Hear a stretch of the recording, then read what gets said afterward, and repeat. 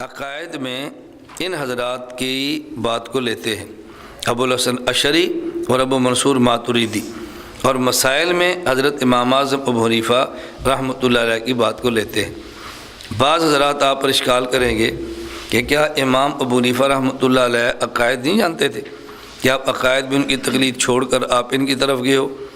ہمارے بعض حضرات نے لکھا ہوتا ہے نا کہ ہم اصول میں مقلد ہیں امام ابوالحسن اشعری اور امام ابو منصور ماتریدی کے، اور فروع میں مقلد ہے امام اعظم ابو حنیفہ کے۔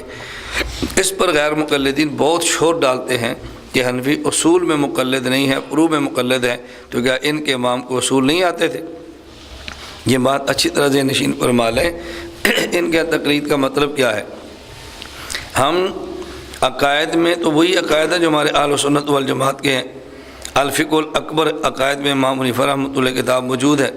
ان کی تقلید کا معنی یہ ہے کہ جب معتزلہ نے اپنے غلط نظریات کو رواج دیا ہے تو معتزلہ کے مقابلے میں جن حضرات نے اہل سنت کی عقائد کو رواج دیا ہے، اور معتزلہ کی جن حضرات نے ترجیحات کے مقابلے میں اہل سنت کے مسلک کو ترجیح پیش کی ہے، تو ہم معتزلہ کے مد مقابل ابو منصور ماتریدی اور ابوالحسن اشعری رحمۃ اللہ علیہ کی تعبیرات کو لیتے ہیں۔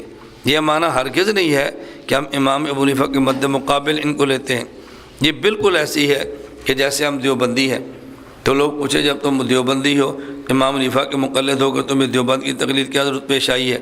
ہم نے کہا بھی چونکہ اہل بدعت بھی خود کو حنفی کہتے ہیں، اہل سنت بھی حنفی کہتے ہیں، تو اہل سنت والجماعت کہلانے والے تو دو طبقے تھے۔ ان میں سے بعض افراد ایسے تھے، مثلا احمد رضا خان، انہوں نے اپنی تعبیرات شروع کر دی ہیں، اور علماء دیوبند کے اکابر نے اپنی تشریحات تعبیرات کی ہے۔ تو اہل سنت والجماعت احناف میں جب دو طبقے ہو گئے، ایک غلط رخ پہ چلا گیا اور حنفیت سے نکل گیا، اور ایک صحیح رخ پہ رہا اور حنفیت پہ رہا، تو ہم جو دیوبندی ہیں یہ اہل سنت کے مقابلے میں نہیں بلکہ اہل بدعت بریلویوں کے مقابلے میں، وہ بھی اہل سنت کہلواتے ہیں، یہ بھی اہل سنت کہلواتے ہیں۔ انہوں نے تعبیرات ادھر لے لی ہے، انہوں نے ادھر لے لی ہے، ہمارا اختلاف یہاں تک ہے۔ اور جب ہم ماتریدی اور اشعری کہلاتے ہیں تو یہ حنفی کے مقابلے میں نہیں کہلاتے، یہ معتزلہ کے مقابلے میں کہلاتے ہیں۔ بھیا معتزلی نہیں ہے بلکہ کون ہے؟ اشعری یا ماتریدی ہے۔ یہ بات ذہن نشین فرما لیں۔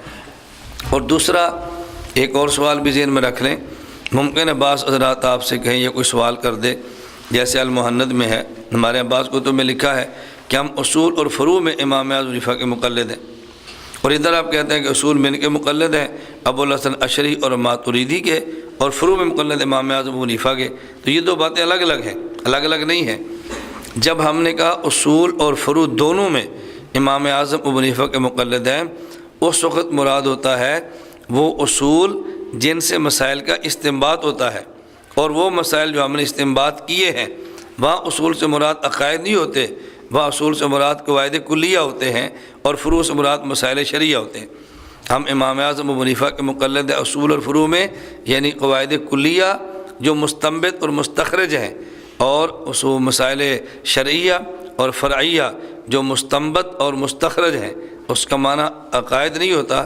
اور جب یہاں کہتے ہیں عقائد میں ہم مقلد ہیں ان حضرات ابوالحسن ماتریدی اشعری اور امام منصور ماتریدی کے، تو یہاں اصول سے مراد عقائد ہے اور وہاں اصول سے مراد قواعد ہے۔